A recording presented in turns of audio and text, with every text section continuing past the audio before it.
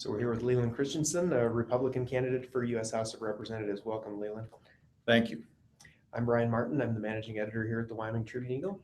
I'm Sharon Fain with Black Hills Energy. Bob Fecht from the Shine Animal Shelter. Again, welcome, Leland. Glad to have you here. Let's start off with what specific issues or concerns caused you to run for Congress this year? You know, growing up in Wyoming, growing up in an old ag family, and my dad used to tell me, leave it better than you found it. And that idea of taking care of things as they pop up, taking care of business, I think has really been a good model for me. And I've used that back when we were in ag. I used it in small business as a logger, military, in law enforcement, and as a county commissioner and as a legislator. And that idea of always taking on, the challenges were in front of you, trying to leave it better than you found it, I think is part of it. And today, where that plays into this is, for the first time, it seems like as a nation, we are poised on, we're not leaving it better than we found it. For this next generation, the generation after that, they're facing some incredible challenges between a debt rocketing toward $20 trillion, between access to public land issues and multiple use, between how the government has worked its way into healthcare and education. There are a lot of these different issues. It's the attack on the Second Amendment and how law-abiding citizens are being punished for the actions of criminals. And so, are we going to leave this country better than we found it? I'm not sure. And it's unsettling to me to think that my children and grandchildren and everyone else as the next generation maybe picking up the pieces from what we've enjoyed and not taken care of. So here I am. That's my commitment and kind of my background. And so as far as why, that's the why. Great, thank you. What qualifications do you bring to the table that will help you serve as a congressperson? I touched on them briefly, but our family's been in Wyoming a long time. My wife and I, we raised our kids on part of the old family ranch that my great-grandfather started. On my mother's side, there were miners. And so we've got some deep roots. And but when I think about my experiences, growing up in an ag family and learning those lessons of you don't get to harvest unless you plant. And if you take care of things and do things right, there's a good return. And if you don't, there's a bad return. And so that background of ag, small business, military, my time in the military, I served 15 years in the National Guard with the 19th Special Forces.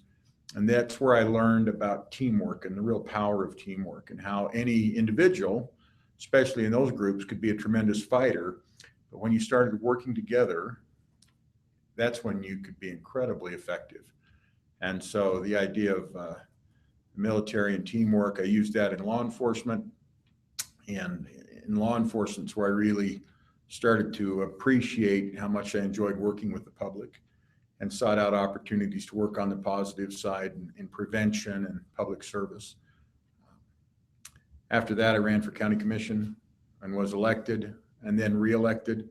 I ran for the state senate, was elected and reelected.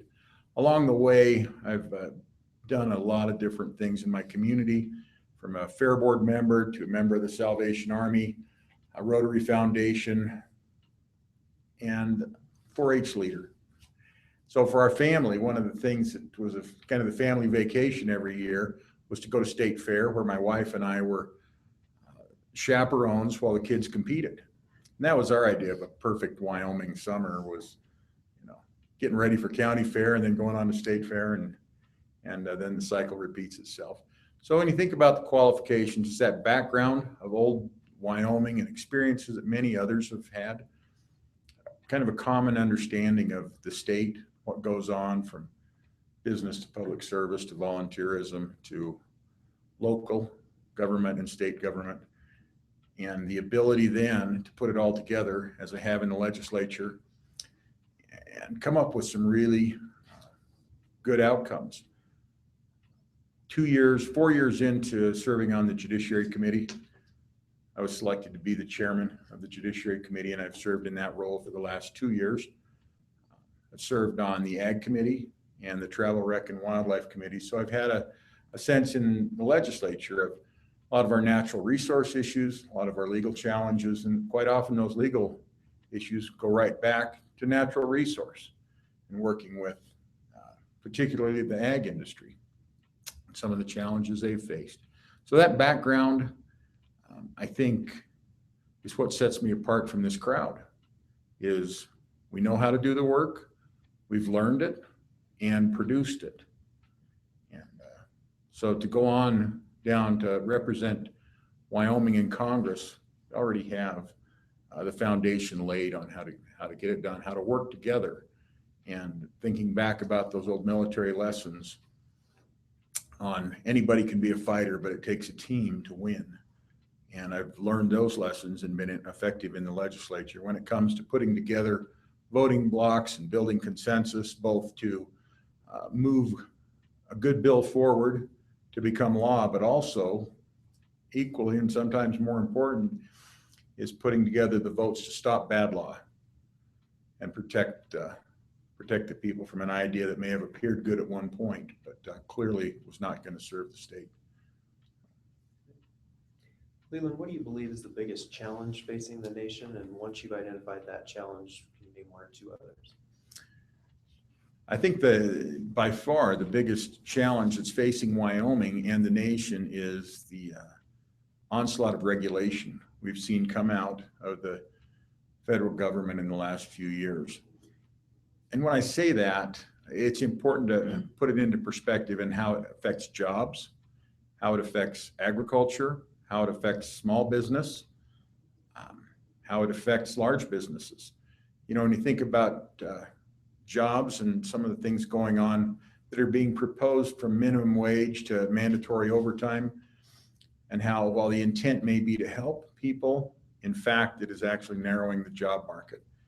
And with Wyoming now, we have a real sensitivity and a need for good, high quality jobs. And sometimes those are starter jobs, and they're starter jobs for the kids, but also for someone getting back on their feet. And so we need to take care of that. When it comes to agriculture, we've seen what the Endangered Species Act and how it has been used against ag, and the lengthy fight that Wyoming had over the sage grouse. And while we may have won a significant battle, we continue to be held up with pretty tough regulations that don't necessarily seem to fit really the spirit of the battle, but more about controlling the land. Another example in agriculture is waters of the U.S. and the navigable waters, and how those regulations are being used against agriculture. And one of the most recent ones that ties into that was this new idea that's being proposed on controlling Wyoming quantity based on downstream quality, and a way to get a hold of Wyoming water based on something going on in another state. So that regulatory overreach, of course, everyone's aware of how the coal mines, really the poster child of this, with coal mines and the coal-fired power plants. But those examples really come back to not only Wyoming's economy, but America's cost of energy. The time I spent up in the coal mines and several days meeting with miners and touring and getting a sense of it gives you a sense of how important the stabilizing factor of coal is on our nation's electrical supply. When we think about that, that's one of those examples where a war on Wyoming, I ultimately believe, is a war on America. Because when the price of electricity goes through the roof, it affects everything from food to manufacturing. And, you know, those kind of examples, those are the big ones. But I'll tell you, on regulation, it's been a constant theme in working with businesses around the state, meeting people, from the bankers and their frustration and not being able to service their customers like they would like. I mean, they're in the business of loaning money and how restricted they are. And then I heard it at a whole new level when a pawnbroker ran a pawn shop said, here I am, a one-person operation, and I'm facing the same regulation that the banks are facing. And I'm loaning my own money to an individual. And those are some of it. When we talk about these regulations and you start to see it as individual regs affecting individual groups, and the one that is overwhelming, of course, is the ACA. And the way the ACA is impacting families. All that intent was to get health care out for everyone. Really what it has done, while providing additional access for a few, it has made healthcare much more expensive and less competitive and harder to get a hold of for the masses. I met yesterday with a professional over in Buffalo, small family, and his monthly premium of Obamacare was $2,700 a month. And all of a sudden you get a sense of why that regulation is not just hurting individuals, but it's also crushing small business, and how businesses are now tailoring their practices to work around or survive in spite of Obamacare by cutting back hours, by changing classifications. The very people it's supposed to help have actually suffered because of it in many different ways. So regulation, it's not the sexiest topic in the room, but when you think about how it has affected people clear across this state, and then you multiply that and look at the country, it really gives you a sense of what regulation is doing and why regulation is really the hammer on the head of the Wyoming citizen and the country. Leland, you hinted at it a little bit earlier about building voting blocks, but one of the biggest complaints the public has about our nation's political process is that everything's too partisan, that's led to nothing substantial getting done in Washington. How would you work across the party lines to try to get something done and to benefit your constituents, and what specifically would that look like? I think one of the lessons you learn in small business is if you're not outcome based, you don't survive. And I've used that in both my public service, but also at the county level and now at the state level. And we've got to look at the problems, identify the best solution, and then start negotiating on how we're going to achieve that. I think that the art of negotiation and the art of being able to talk to people to understand what their challenges are, what their issues are, and at the same time represent your constituents is how you find those best solutions. And I've used that and done that here in Wyoming, here in the legislature, and that experience, I think, is invaluable. You're going to hear a lot of people talk about what they can do, but at the end of the day, it's much like flying an airplane. Do you want someone who can talk about flying an airplane or someone who has done it, especially if you're in the airplane? And so that background of working with people, having a record, and being able to talk to all, not just across the aisle, but there's a very diverse group of legislators in Wyoming. And at different times, we've been able to work with all of them.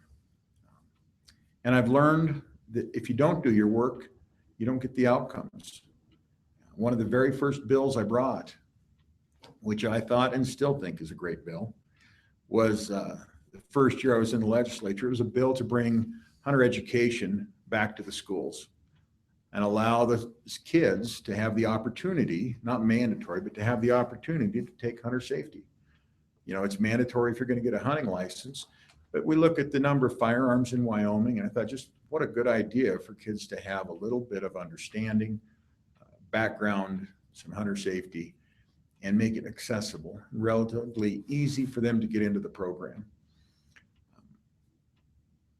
Gave a good presentation in the Senate. It passed the Senate very well. And I thought, look at that, my first bill. We're going to make a difference. Well, it got over to the House and the wheels fell off of it.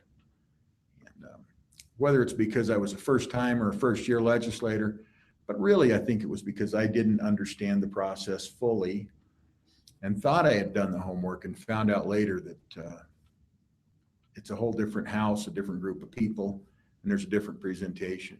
And so that was one of those kind of, it was a good lesson to learn that you've got to be able to work with all kinds of folks. You've got to be able to explain both the issue and then the urgency and why it's going to make things better, and answer their questions and concerns.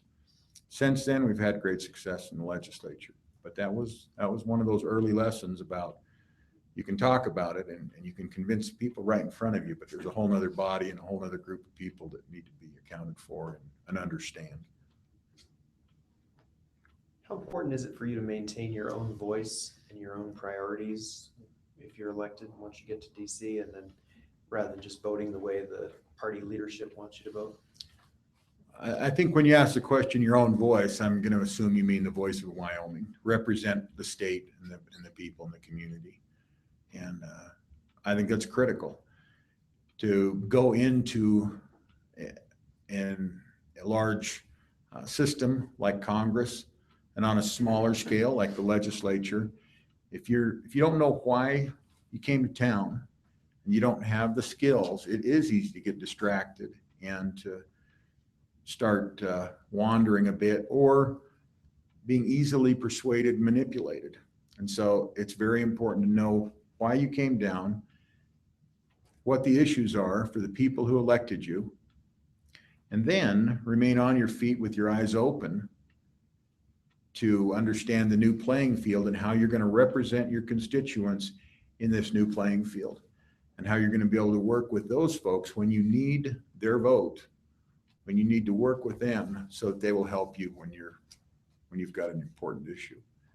And you don't spend all your time just working on your own issues. That is one of the things I've learned. If you're not out there learning, growing, understanding, challenging, and asking questions,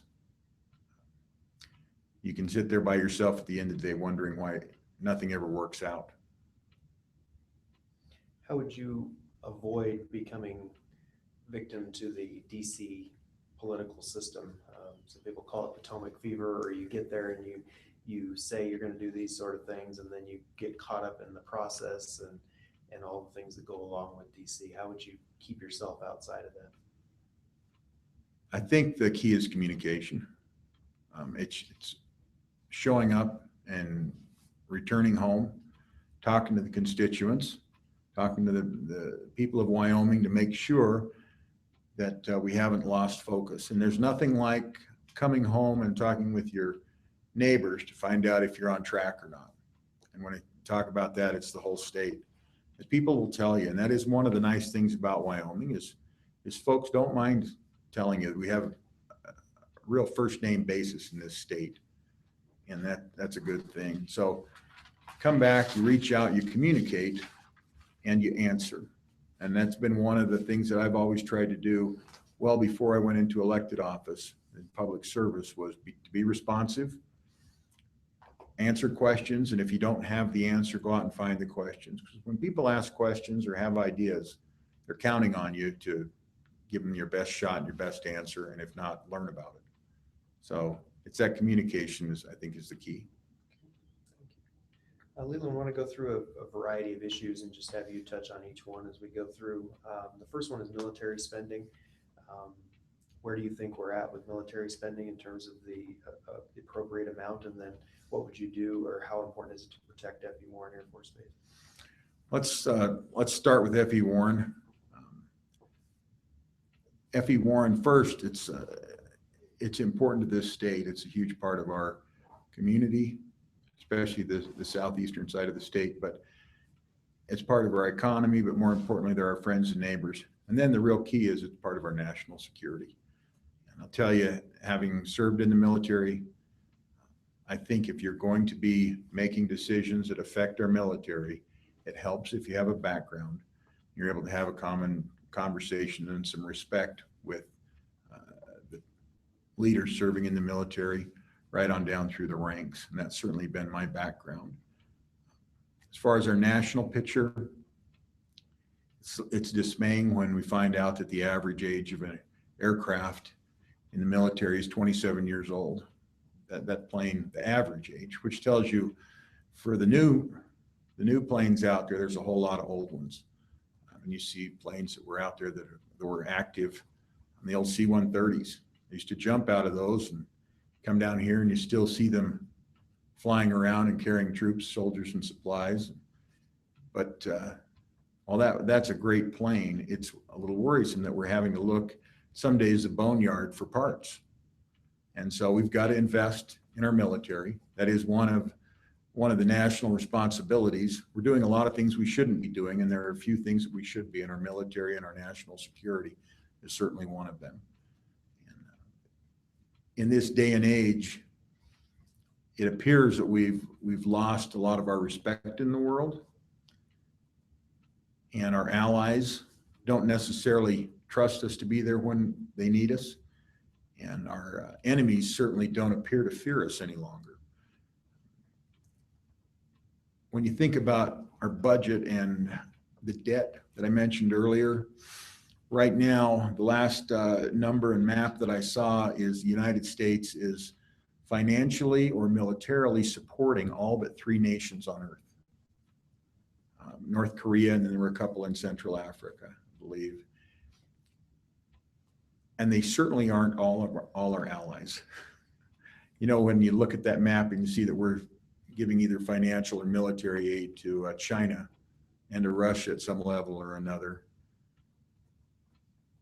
we need to, I think, pull back a little and go back, kind of reevaluate who our friends are, who we work with, and stop trying to be everyone's friend because we're buying candy for the whole neighborhood.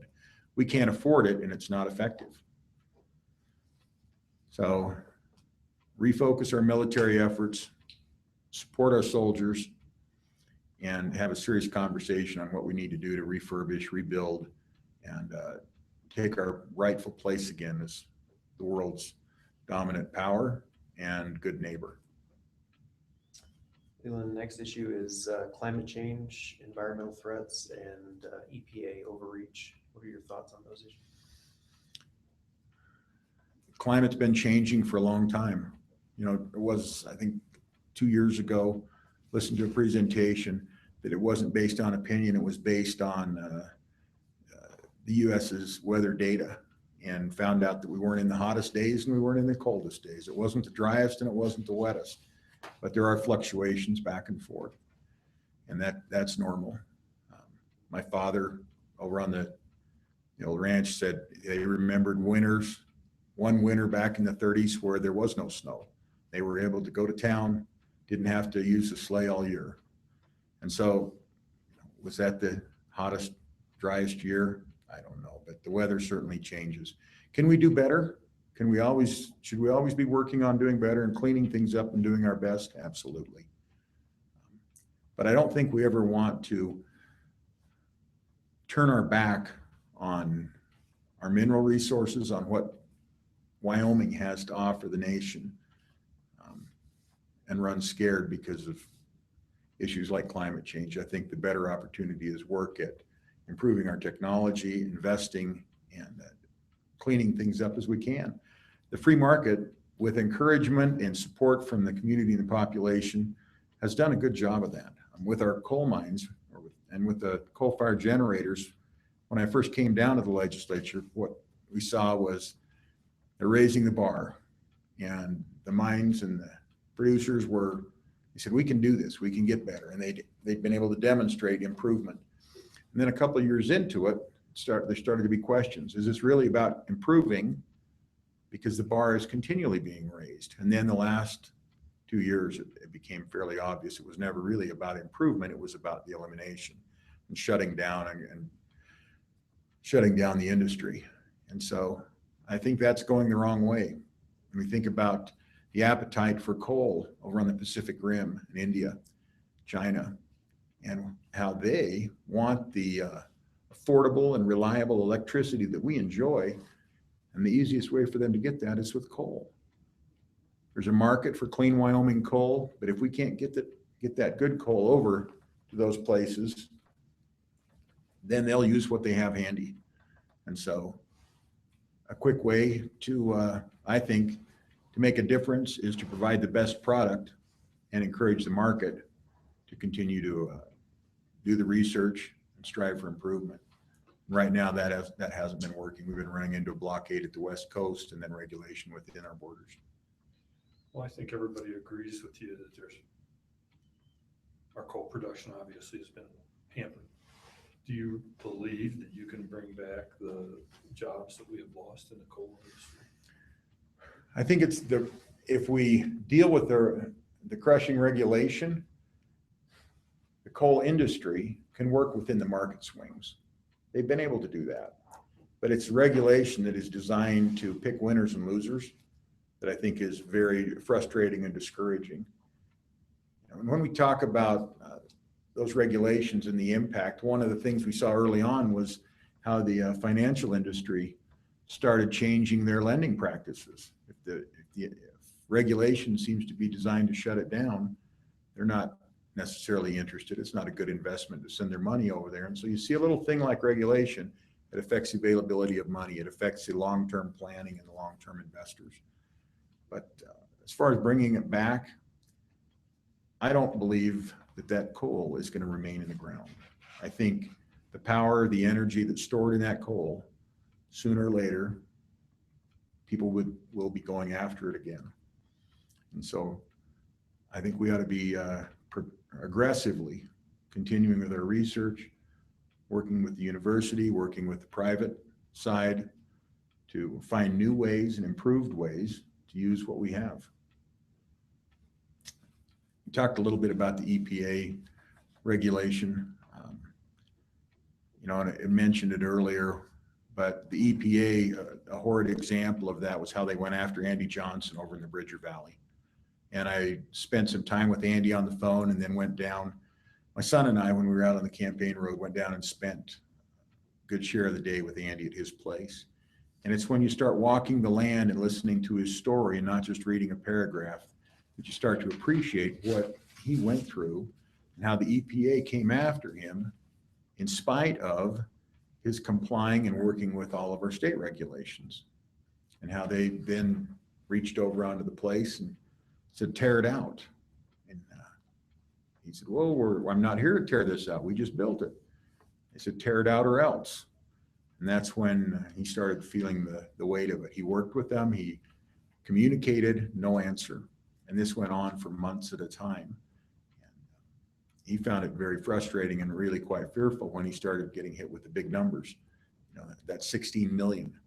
It's pretty hard to take out bankruptcy when the feds have a $16 million note over you and the property and all your improvements and everything you've worked for isn't worth anywhere close to that.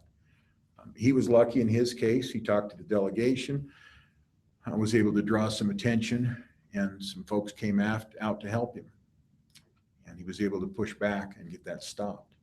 But the sad part of that story is, he said, through his experience and all the media attention he'd received, he also started hearing about people who had not had that support and had paid thousands and thousands of dollars, had lost their places with those same kind of tools. And in his case, the EPA, once he had the right lawyers supporting him, they completely backed off. And so should they ever have been there? It doesn't appear so. But without the right team, it's crushing. Leland, can you talk to us about Obamacare? You talked about the Affordable Care Act. Should it be repealed, reformed? What's the right answer for providing health care? I think you've got to step clear away from it. I think it's got to be repealed. It's not working. It's run the cost up. It has reduced the options. Even the people who are trying to take advantage of it find it difficult to work through. Have a small group of the population been helped? Yes. Yeah, we're not here to deny that. But the overwhelming impact seems to have taken us in the wrong direction. We see in Wyoming where we now have one company offering service. And again, as I had mentioned earlier, how companies, good-sized companies, are having to tailor their operations to work around it because they can't afford to work with it. So we've got to do something about that. I was challenged last year. I said, if you're not going to support some of these, what are you going to do? What's an answer? Don't just say no. So this year I brought two bills specifically about medical care and support. And one of them was welfare fraud prevention. And that bill didn't change the the level or change the bar, but what it did do is change the frequency with which people were recertified and a more probing, questioning system to make sure that folks really needed the help. Other states have gone through this and found out that they had a lot of people that were on welfare that didn't need to be there. Something like 40% of the people who qualify for welfare within 2 to 4 months don't need it anymore. But in Wyoming, we had an annual review, and sometimes it wasn't even a person. It was a telephone call type of thing. And so this bill we brought came back, spelled out that it needed to be quarterly review, much more specific on making sure people really needed it. And then if we run across folks taking advantage of it or just outright committing fraud, that there's some steps to deal with those people. That idea of being able to make sure the dollars are going where they need to and recovering the dollars that are being really taken from the needy, I think was a good step in the right direction. Another bill that I brought this year was volunteer healthcare. And that bill was really about communities being able to help their own, help each other. And that bill was designed, Florida used it very successfully.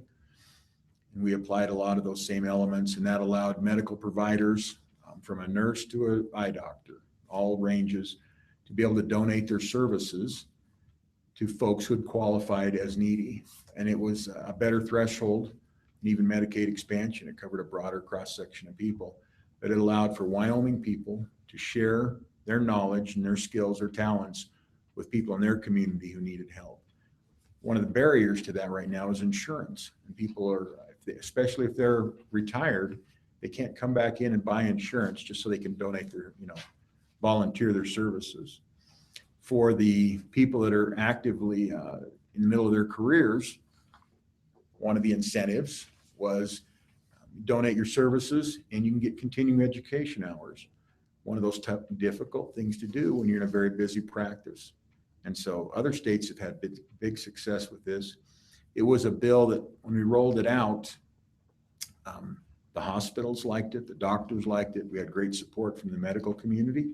The legislators, people were pulling it out of my hand to sign the bill because it was an answer. And it was a Wyoming answer that didn't involve big debt or high dollars. We ran into some opposition. There were a couple of key people that opposed it, and the bill died in committee. However, that bill, I believe, will be back this year. There were enough co-sponsors when they saw the bill and came to understand it, they're not about to let that one sit on the sidelines. And that's a bill that's doing great good around the country. So not only do you have to talk about the problems, but I think it's important that a person come up with solutions and ideas on how to come up with some answers. Why is Medicaid expansion not the answer for Wyoming accepting that federal money? A small gain and a large risk, in a nutshell. And when I say small, that amount of money that's thrown out there, it sounds like a lot of money, but the risk is, I think, very substantial for Wyoming. And back 2 years ago, when this really started to get into the conversation, I went out and started seeking answers. And I visited both with people in the industry, people at the hospital, and also folks around the country. Met with a legislator, a senator out of Arkansas, because just before that, we'd looked at the Arkansas model.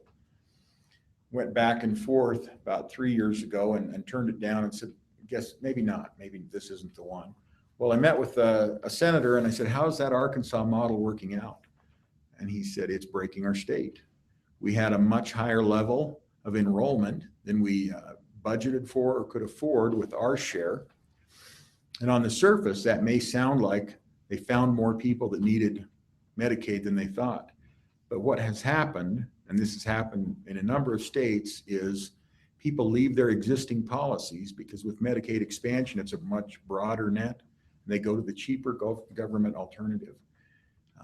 Quite often, those are people who are already insured, or they're people who are employable and healthy that could work and access insurance.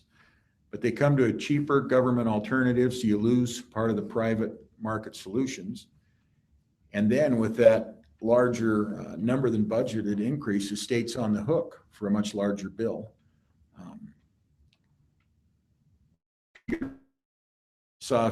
It was a federal report that said all 6 Wyoming counties were already in doctor deficit. We didn't have enough doctors in 6 of our counties to provide care as it stood that day, let alone to turn around and swell the rolls with more Medicaid users. The other side of that, and we'd heard about it 2 years ago, and then last year went to a conference and they'd done some research on it, and they said, can you actually get out of it once you started? Is there any way out? And the promise from the federal government is if we ever go below 90%, deal's off, you can get out. Politically, that's doubtful. That's doubtful politically, but more importantly, at this conference last fall, I think it was in Tennessee, one of the legislative committees got together and started inviting people in for testimony, going to the universities, going to the supporters, the ones who were for it, against it. And the overwhelming answer was, we don't believe you can break out of it. It's a contract issue, and they're so tied together that once you go in, you're in. And when I talked with the legislator from Arkansas last fall, I said, how's that going? And he said, we're trying to get out, and we can't get out. We can't get out of it. Now, the importance of that is that in Wyoming, really a couple of our big responsibilities, our big expensive responsibilities, it's education and it's highways, YDOT.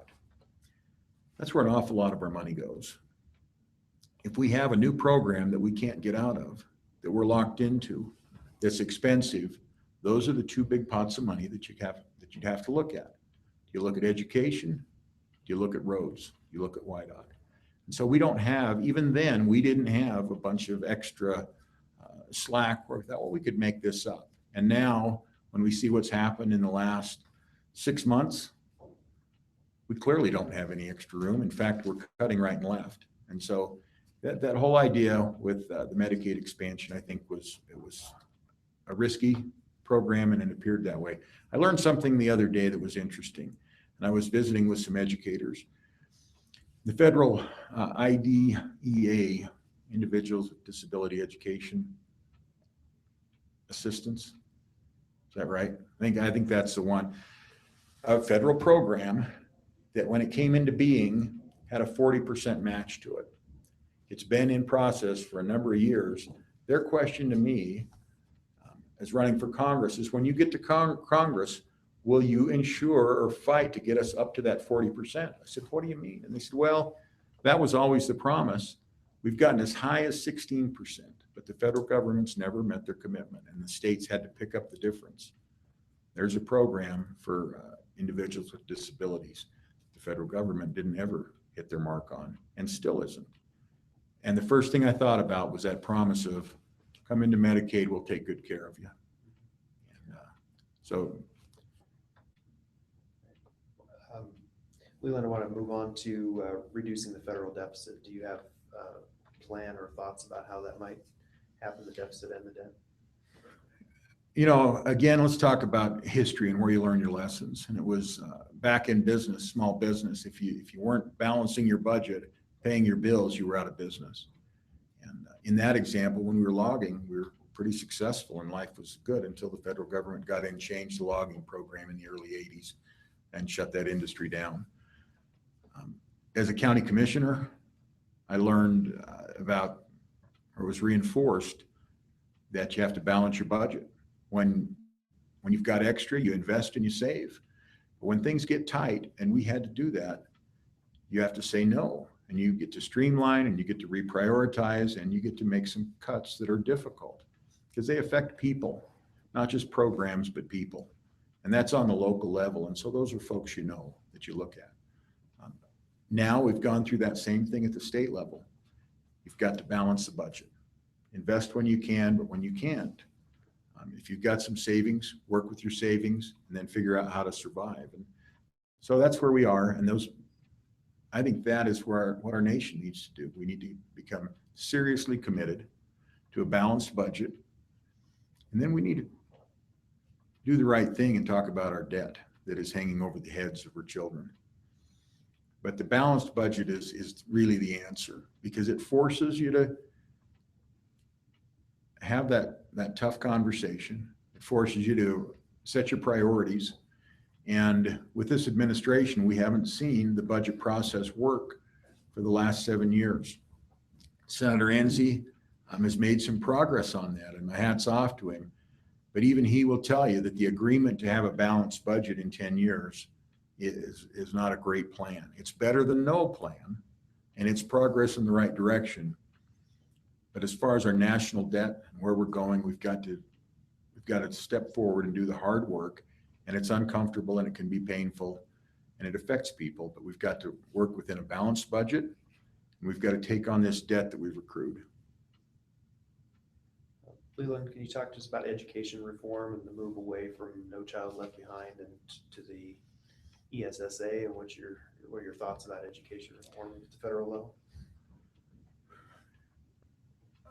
I think with the federal, at the federal level, that that program is one of those extras we have.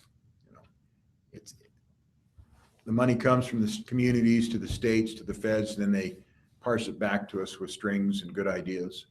And quite often, the contract has rough terms on it. And while we're told these programs aren't mandatory, if you want the money, you sign the contract. And that seems to be what's gotten us into problem and into trouble with education. I think education belongs back at the state level. And when I say that, I think it really starts with the teacher and the student and the family. And education should start from the bottom up with the local community dealing with it with the state support. Do we need standards? Absolutely. However, I think the states and the communities have the best sense of what's going on and to find the right success. A successful educational program in New York City probably looks a little bit different than one in Lusk. And whether it's that environment, the industrial background and ag community, the opportunities and people and what they're doing in those communities and where they find their successes, I think it belongs both in the state and in the community. School boards in the state, that's as far as it needs to go in my mind. Leland, you touched on endangered species earlier, so I don't know if we need to go back to that issue unless you have anything you wanted to add about that. Right now, Wyoming has, I believe it is, well, the Endangered Species Act hasn't been reauthorized for about 25 years. 23 different plants, habitats, or animals are listed for consideration. And I believe the success rate is 1.7%. There aren't very many businesses out there that can operate with that kind of a success rate and without ever having a serious review and reauthorization for 25 years. With the Endangered Species Act, it feels like it's another tool that's been used against agriculture. It's been used against multiple use. It's been used against our extraction industries, our hunters, our fishermen, access to the land. And has it done some good out there? You know, that 1.7%, obviously it's done some good. Not that there aren't other success stories, but the endangered species ruling, it's kind of like the Hotel California of regulation. Once you get in, you can't get out. And even when we find some success, like our most recent one, it's in the process with the bear delisting with the grizzly bears. And everybody agrees, both at the state and at the federal level, it's been very successful. There's not a lot of people who have confidence we're going to make it clear through the process without some legal challenge being mounted by a group that derails that process. A couple of years ago when we had the wolf plan, Wyoming's wolf plan, that was supported by U.S. Fish and Wildlife, our Wyoming Game and Fish. The legislature, I voted for that plan, and it seemed to be going in the right direction. And then we faced we had a lawsuit come up. They found the right judge, and the Wyoming plan is now on the shelves. And the sad part of that is we're already seeing the effect of the growth of the wolf packs and their impact. And over on our side of the country, the wildlife, the deer and the elk have largely moved out of the mountains and have moved down where the people are at. Something you never would have seen. But I guess they've decided cars and people are safer than wolves. So they're taking their chances. But those kind of examples and how the Endangered Species Act has been used against us, not necessarily to fill its original mission, but it's become a tool for special interest groups. It needs to be more transparent. We need to have more. If we're going to have it out there, we need to go back and re-examine it and rebuild it, I think, to where local stakeholders are not just participating members, but voting members and have equal say. So we're not at the mercy of someone in an office on the East Coast. We have a little over 10 more minutes and about three or four more questions. The next one's about funding for small airports and how essential air service is to Wyoming. What are your thoughts about that? Air service in a state spread out like ours is a wonderful thing. I've seen the community that I live near. They've had some great success in teaming both local business support and also understanding the tourism market. It gets a little more challenging in some of the smaller communities where you don't have necessarily the people or tourism or business to support regular flights.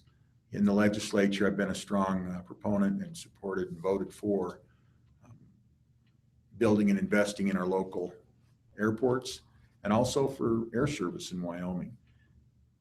However, it is one of those things that some days you have to look at it and say, how far is the right distance? What's the right distance to be able to drive and to run more of a regional airport?